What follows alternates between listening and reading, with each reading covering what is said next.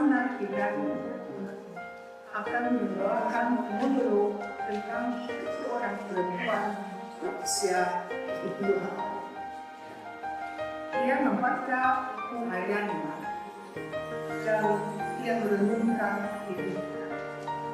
Dia pernah menikah, tetapi dia cinta seorang laki-laki lain.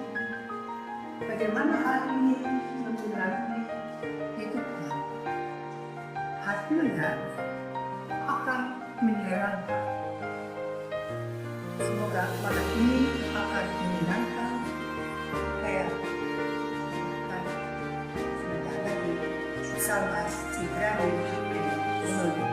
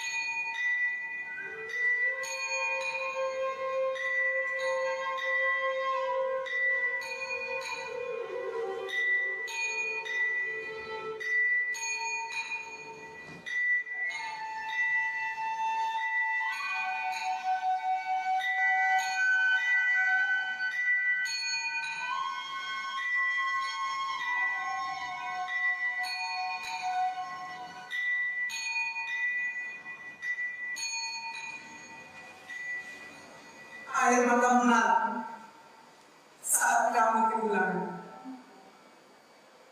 Tidak, justru ini lebih parah. Aku kehilangan diriku sendiri. Apa yang mungkin kau tahu saat kau terlalu disalju dan dikekang terlalu sekolah, berenang, kelas baru,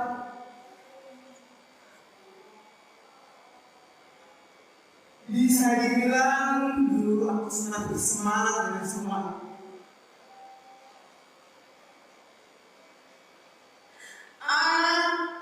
Dagu diangkat, melenggang, bahu dibuka, dan jangan lupa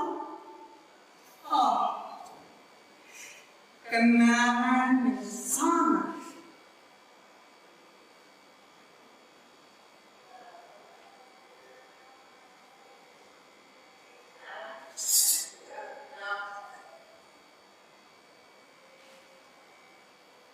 Ngomong,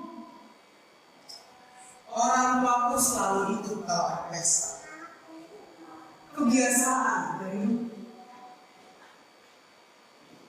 anak gadisku selamat jago dari bawah. Kata ayahku pada semua orang. Dan di pesta itu, aku bertemu dengan kau, love of my life.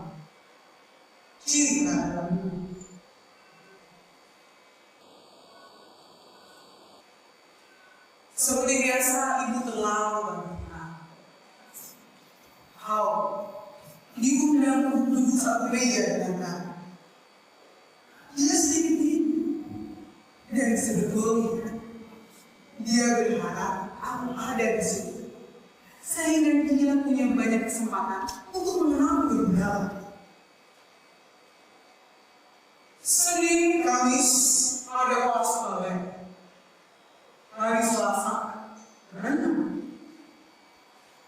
Dia tahu semua itu. Dia jatuh cinta. Bukan dengan salah satu saudara perempuan.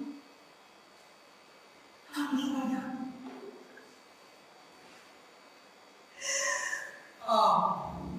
Saat itu usiaku masih 15 tahun. Dan dia luar biasa. Tapi rasanya seperti itu. Lebih dari 50 tahun lalu. Saat masa-masa ini, saya rasa dia harus pergi ke Pulau Jawa untuk ini.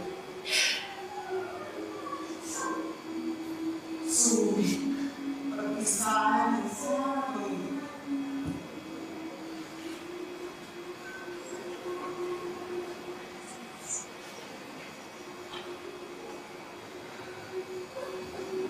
Tidak masalah.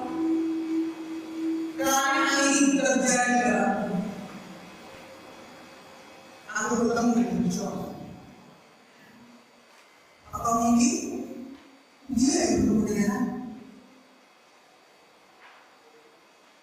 Dia bercerita bagaimana hubungan kami bisa terjadi.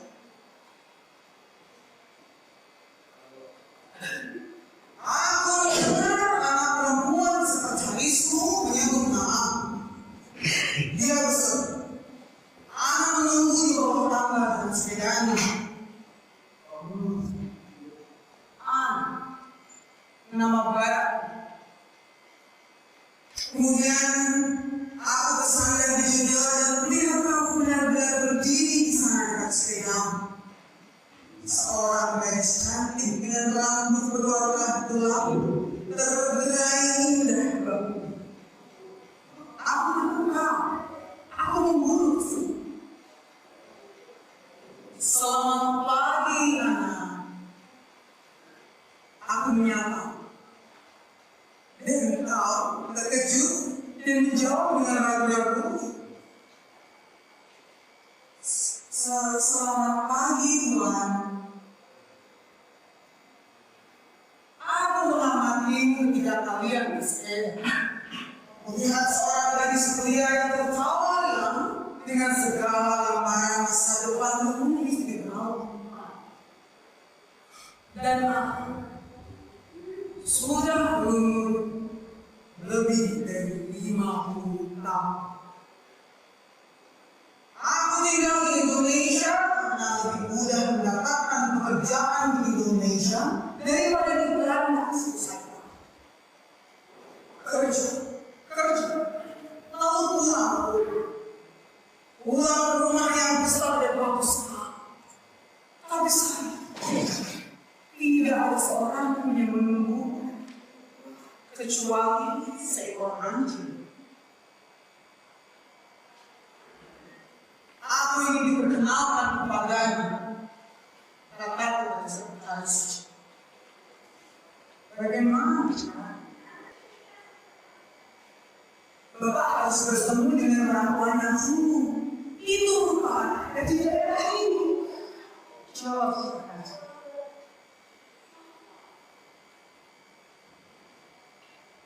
Rupanya, apa yang dikatakan oleh sekretaris ialah bukan kesalahan dari John datang ke rumah kami dan bilang pada ibu bahwa dia mau menikahi. Mungkin ada rasa bimbang tadi, tapi tidak mau. Bagaimana? Dia tidak ingin di sini. Tetapi dia juga tidak suka kalau istri yang menikah itu karena dia berselingkuh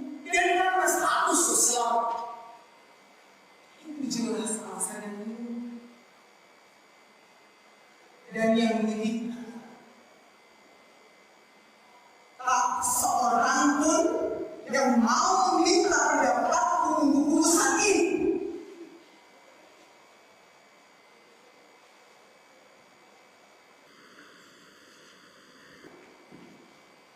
Ibu kemudian menyampaikan maksud Johan. Sungguh, dia adalah pria yang sangat santun. Dia akan menjagamu dan akan dibawanya ke negeri baru. Negeri baru yang mulia. Kata aja. Tapi aku tidak ingin pergi ke negeri Belanda. Aku ingin kuliah. Aku tidak menginginkan John. Dan cinta sejak itu berada sangat jauh dari sini. Dia di Pulau Jawa, ratusan mil dari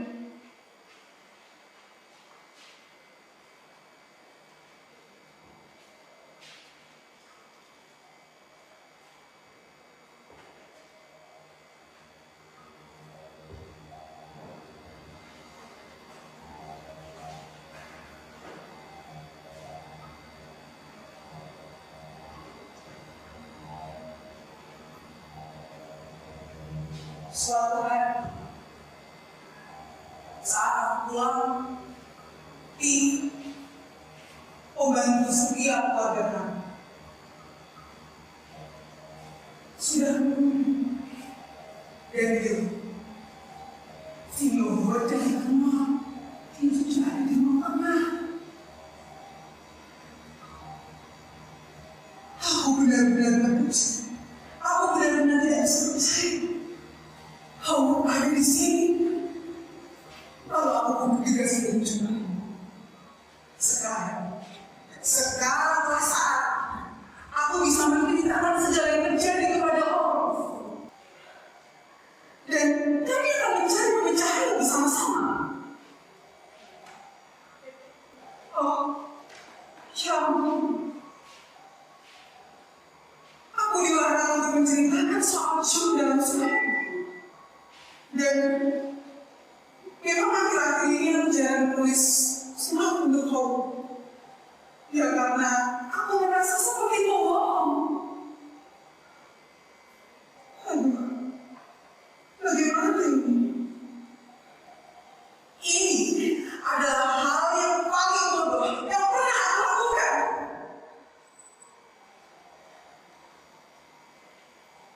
Kalau aku meminta izin menemui maaf. Tapi ayahku bilang, pria yang bersifat sok pintar itu tidak diterima lagi di rumah ini. Ibu berdiri di belakang ayahku dan memandang ke arah.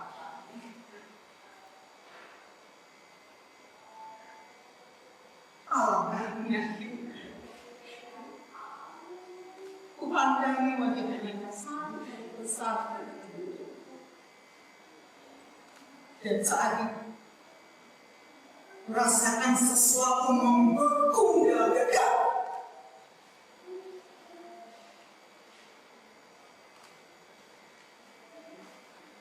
Dengan sangat terkejut, aku pergi ke kamarku dan menulis pesan kepada Allah bahwa tiba-tiba aku mengalami sakit kepala yang serius. Dan dia yang tahu dan mengerti tentang semua ini menunggu powernya hendak menjemput dan memberikan surat kepadanya.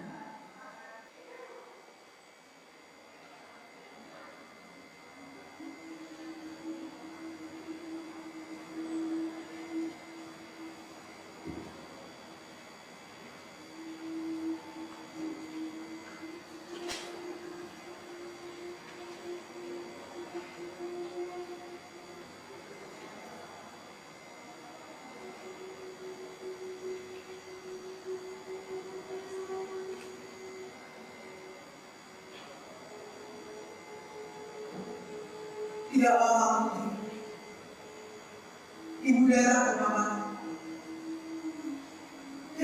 bulan. Pikirkan perkataan ayahmu. Ia katakan, semua orang tahu bahwa John,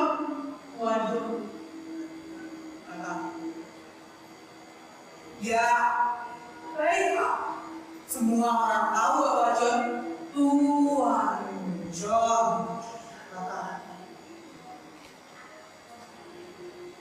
ya, Tuan John hendak melamarmu dan sebenarnya kita sudah menikah masih lagi. John akan menjagamu dengan baik. Dia punya pangkat dan kedudukan. Selain itu, bila sesuatu terjadi kepada aku dan ayahku, kehidupanmu akan terjamin. Dan kau bisa menjaga adikmu.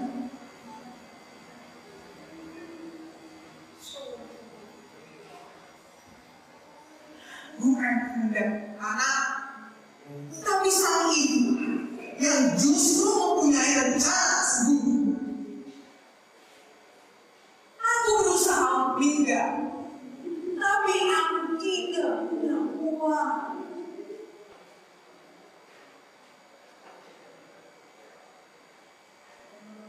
Ketika John mendengar bahwa Howard telah kembali, ia segera berkunjung ke rumah. Seolah-olah aku akan kehilanganmu. Dan aku tidak akan diketahui. Mus melihat tersembunyi lagi. Tanpa ada pisah. Awal mengalami besar.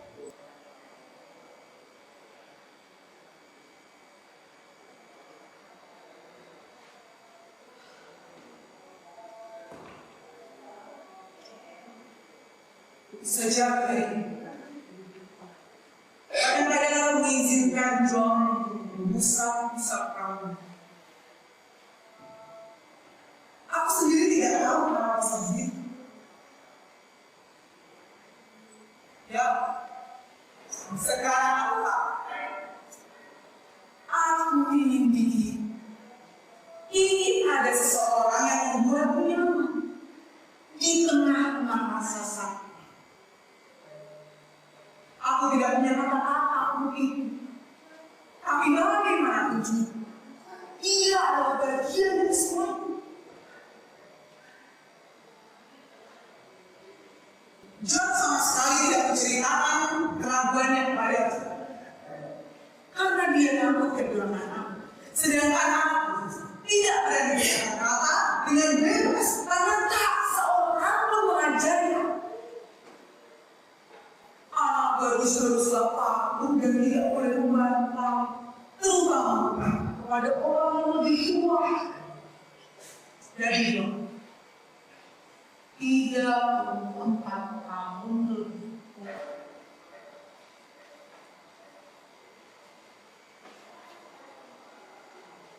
Semua orang memperingatkan aku.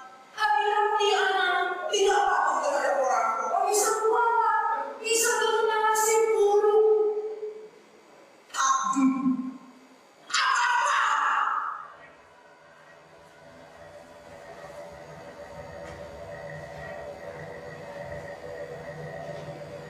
Aku memutuskan untuk pergi ke tempat ini. Seorang guru yang terkenal di sini. Aku kesana dengan penuh harap dan pulang tanpa apa.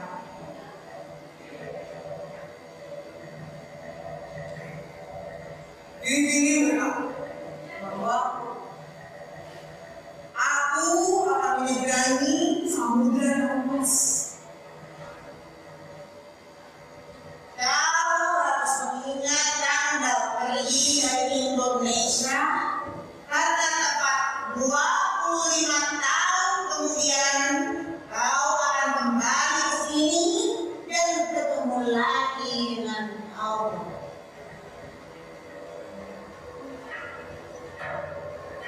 Dua tahun.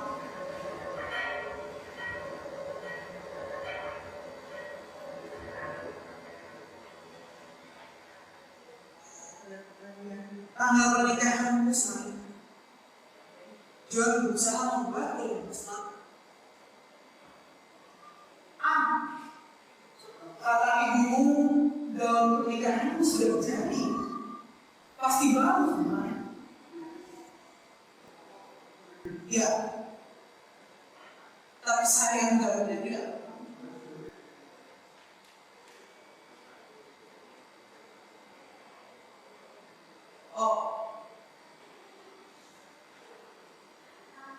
Aku berpikir tentang kesehatan ayahku yang selalu bercemas. Kebohongan, rasa malu, itu bisa menjadi penyebab kematianmu. Dan aku harap ajaib bersama. Sebab tidak mungkin aku pergi kemanapun juga, karena aku tidak punya uang.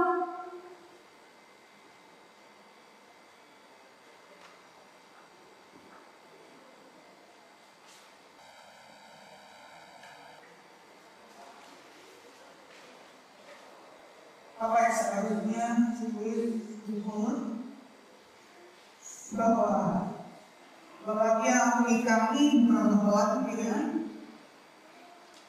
atau bahwa aku hanya mengakui orang tua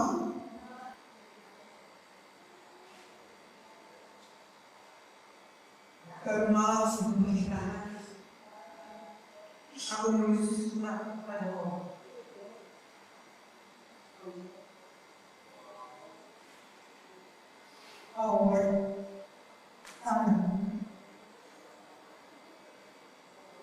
Pada waktu membaca surat ini, aku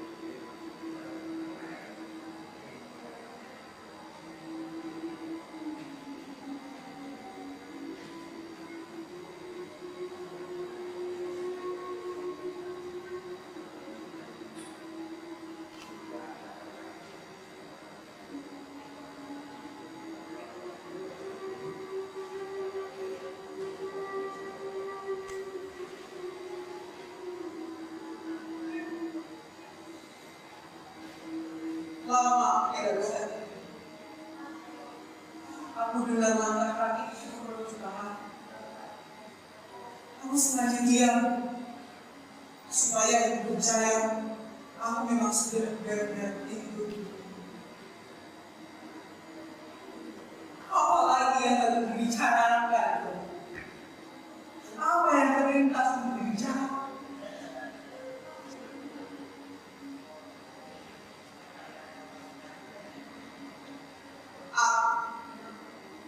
Merasa seperti burung yang dengan pengalaman terbang terbatas dan sekarang membuat aku terlempar dari sana.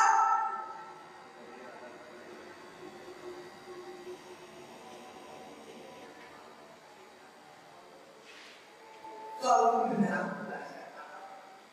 serentak langkah kakiku si bangku.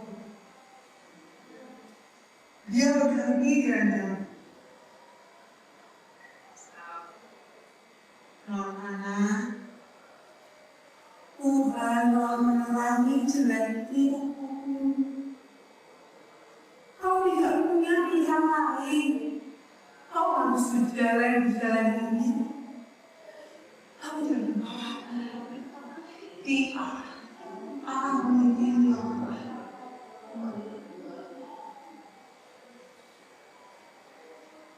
Tuhan yang sangat sepi.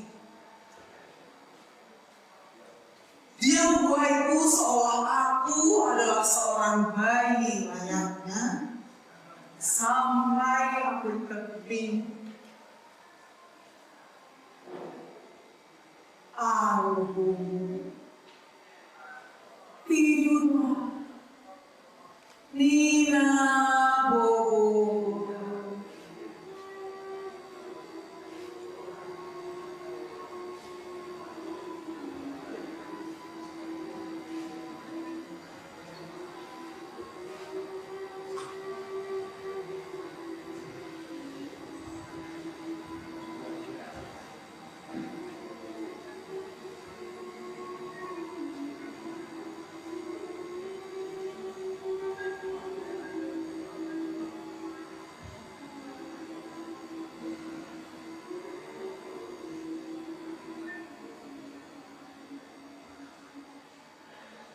Ketika aku masuk ke rumah John setelah pernikahan, dia menunggu di sana dalam gelap. Dia tidak mengingkari janji dan tinggal bersamaku sampai John dan aku terpaksa melarikan diri di ruangan. Dan sepanjang tahun, aku ingat perkataan begini. Tidak sampai 25 tahun dari sekarang, kamu akan berjumpa dengan dia lagi.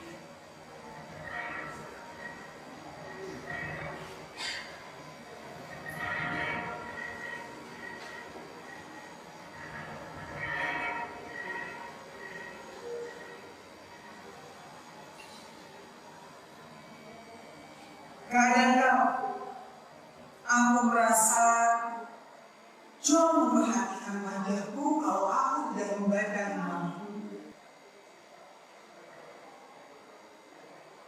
Ana, apa yang sedang kau pikirkan sekarang? Tanya John kepadaku. Aku sedang membaca buku dari Nabi. Aku ingin tahu bagaimana orang ibadat hidup dan berpikir. Sekarang aku sedang membaca buku harian Andre. Aku tidak tahu nama dia. Apakah kamu pernah minta berapa? Waktu itu John masih tinggal di Eropa. Dia ikut gerakan relawan. Dia tertangkap dan dikirim ke kamp Bujen. Dia melarikan diri dengan bersembunyi di gunung batu. Dia berjalan selama 6 malam, berjalan malam, bersembunyi siang hari, hingga akhirnya dia menemukan sebuah perkebunan di sebelah timur Belanda. Dan berkata,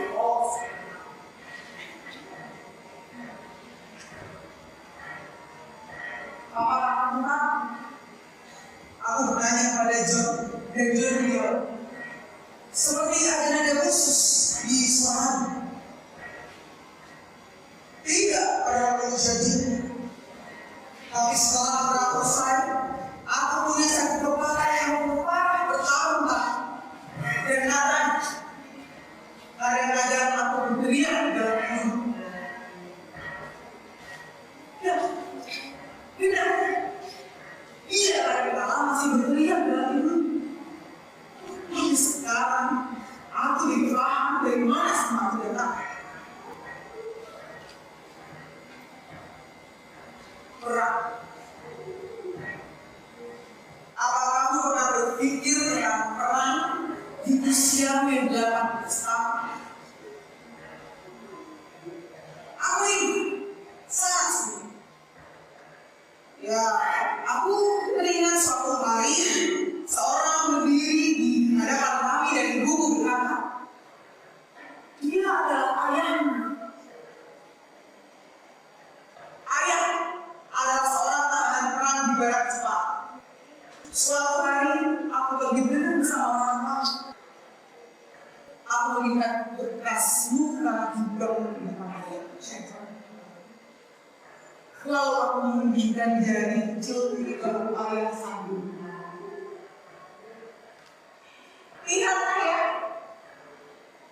hanya sebesar jari kecilmu. Dan ibu dengan nada tersinggung dan langsung berkata, sudah aku bilang, aku selalu bilang kepadamu untuk selalu memakai baju kaos. Benar, perang sangat nampak di rumah kamu, tapi tidak bisa diberkati.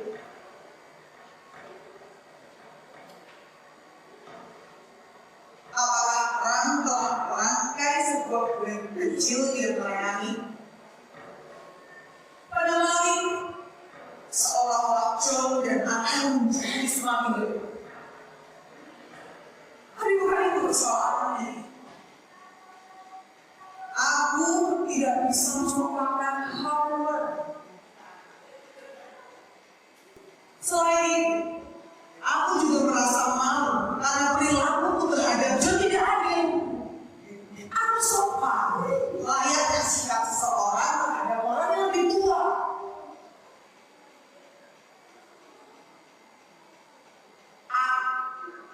Punggung sangat kurus, tapi aku tidak peduli.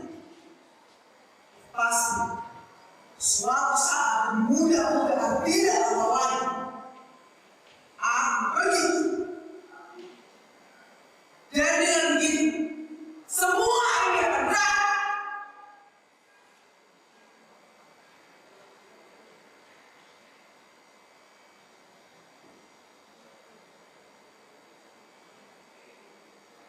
Kami pun kemudian melarikan diri dari Indonesia.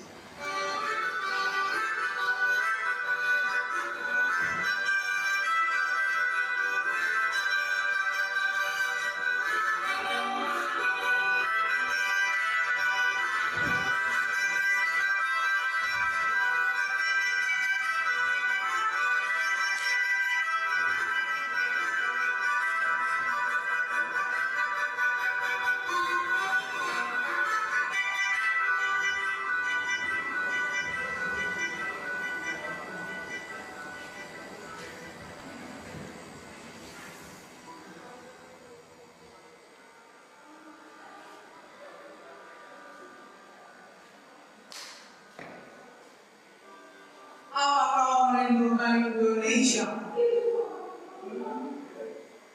John bertanya kepadaku saat melihatku berdiri balik sebelah. Ya.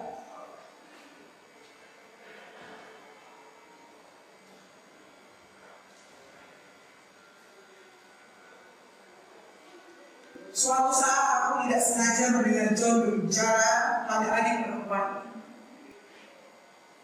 Tidak, kata. Dia tidak mendesak untuk menikahi. Sebenarnya terbalik. Seringkali mereka lupa bahwa kita ada di rumah yang sama.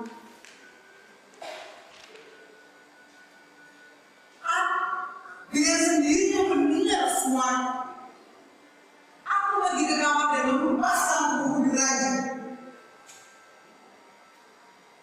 Tuhan, mereka membuat keputusan soal jiwaku, hati, hidupku.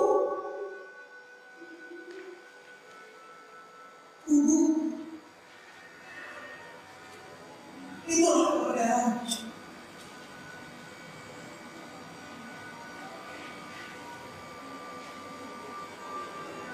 Setiap hari aku membaca surat. Aku ingin tahu apa yang terjadi di dunia tempat aku bermimpi. Nama lembaga pemerintah, di mana kau bisa ke sana ketika kau tidak punya pendapatan. Aku simpan semua itu. Tidak sampai bertahun-tahun, semuanya jelas bahwa aku sedang bersiap untuk pergi. Aku menuju kesimpulan bahwa aku tidak akan tinggal di sini lebih lama. Aku dulu adalah seorang yang patuh, tapi di sini peraturannya yang berbeda.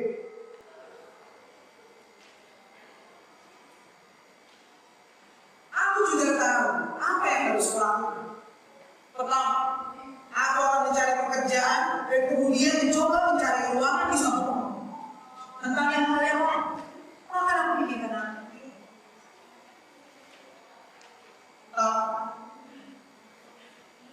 Segalanya berjalan serba beda.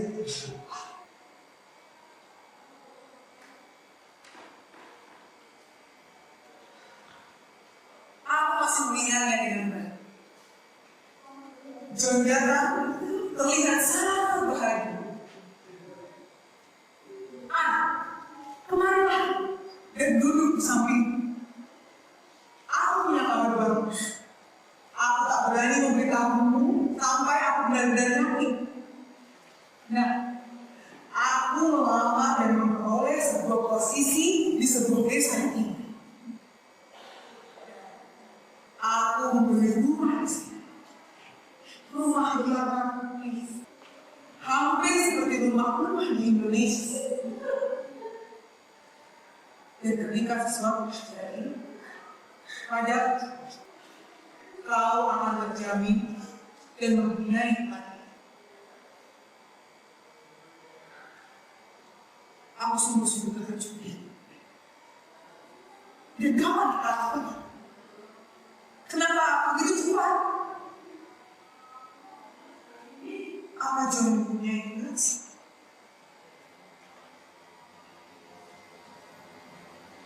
Tiga minggu kemudian, kami pindah.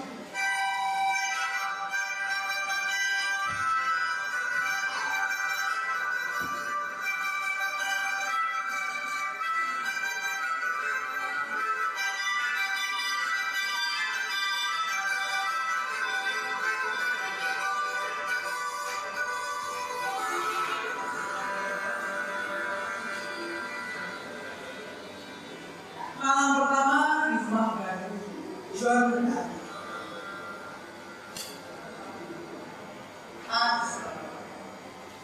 mungkin aku seharusnya tidak masuk dalam hidup. Kaum muda seharusnya bergaul dan kaum muda.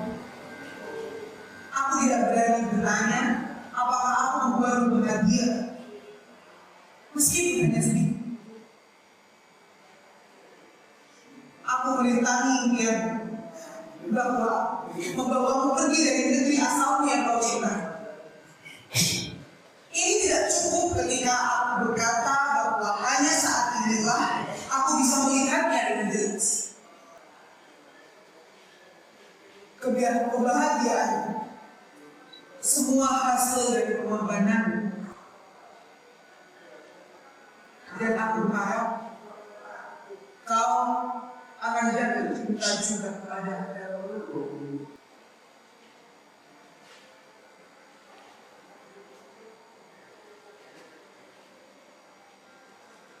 John, pria yang aku nikahi, berharap aku juga jatuh cinta pada.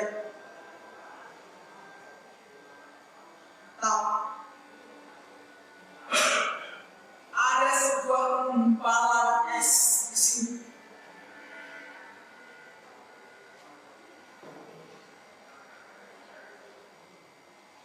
Tak ada seorang pun untuk mendiskusikan hal ini. Dan karena itu, aku mencoba mencatat itu semua untuk menggambarkan situasi ini.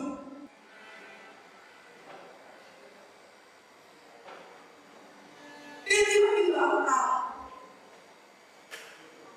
aku sedang berjalan di jalan di samping John. Diletakkan di jalan itu, dan kami lagi seluruh lingkungan telah berubah. Di sekeliling tidak ada lagi yang aku kenali. Semua orang yang jadi bagian hidupku sebelum aku menikahi John berjalan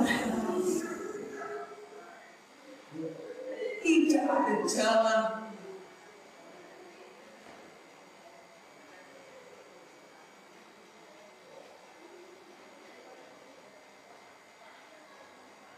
Suatu hari, John berdiri sebelahku sambil berbisik. Sakit kepala memberatku. Pendarahan otak.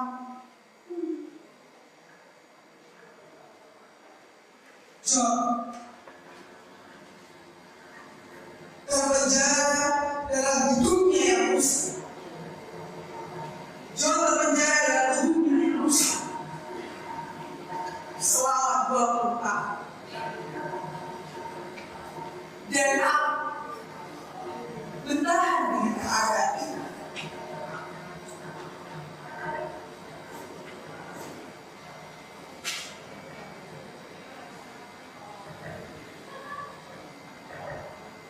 Ramalan Bidikina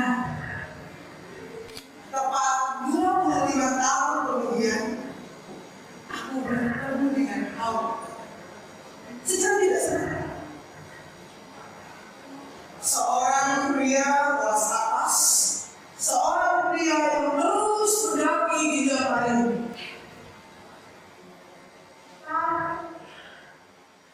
Aku juga melihat seorang pria yang penuh tanpa dia tahu apa yang melakukan dengan hidupku. Dia berkata, aku melihat dia melihat bahwa aku tumbuh menjadi anak yang tinggi karena aku mendarat di dunia maya melalui John. Dan di sini aku dapat tumbuh dan berkembang dengan cara yang aku inginkan ketika aku muda. Tapi aku juga kehilangan nilai-nilai kesabaran dan keharusan. Di sini, kau tidak akan berhasil kalau kau membungkus pesan-pesan di dalam kapas ruangan pink.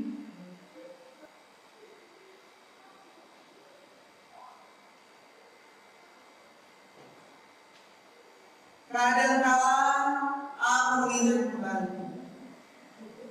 Dulu, aku adalah seorang gadis yang lembut dan rendah. Anehnya adalah aku tidak ingin juga menjadi seperti itu.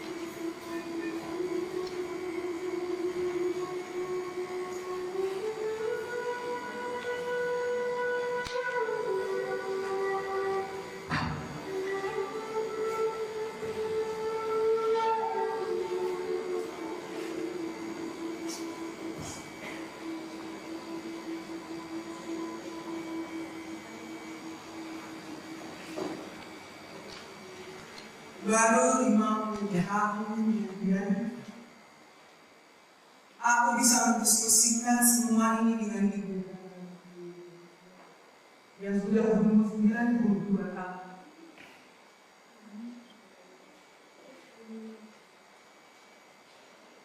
Kenapa, Bu? Ibu bisa berkata, anak, aku adalah seorang yatim ketika berusia 6 tahun dan tumbuh di panti asuhan. Di sana ada 2 macam anak, yaitu anak yatim miskin yang dimana aku adalah masuk di dalamnya, dan anak yang dari orang tua kaya.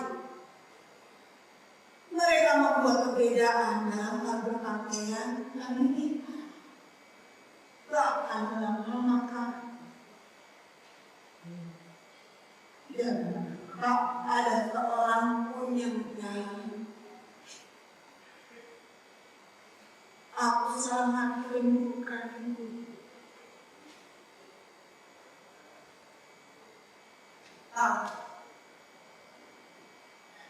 Apakah ibu menyayangi?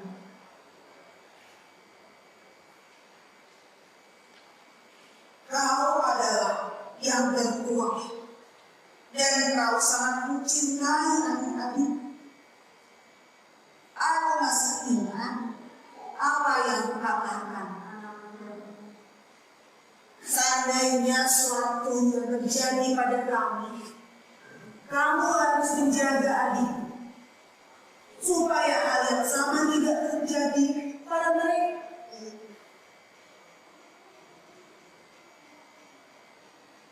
Tapi apakah ibu benar begitu?